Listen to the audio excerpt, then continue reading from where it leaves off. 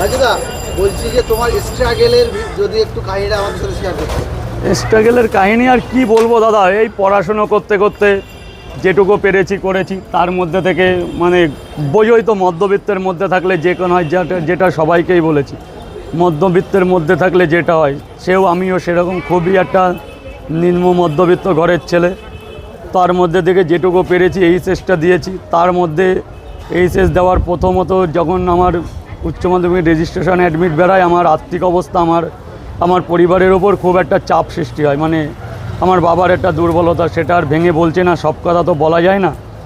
সেখান থেকেই কী করি এ পাই না ও পাই না, লোকে বললো তুই এটা পারবি না, তুই করতে পারবি না, যেগুলো ন্যাচারালি মধ্যবিত্তের মধ্যে হয়ে থাকে সেগুলো। সেখান থেকে একজনের হাত ধরে গেলাম হোটেল বয়ের কাজে, যেখানে আর কি এরকম থালা ধরে দাঁড়িয়ে থাকতে তো লোকে এরকম এঁটো খাবার খেয়ে আমাদের দিত, আমরা ওটা নিয়ে ওখানে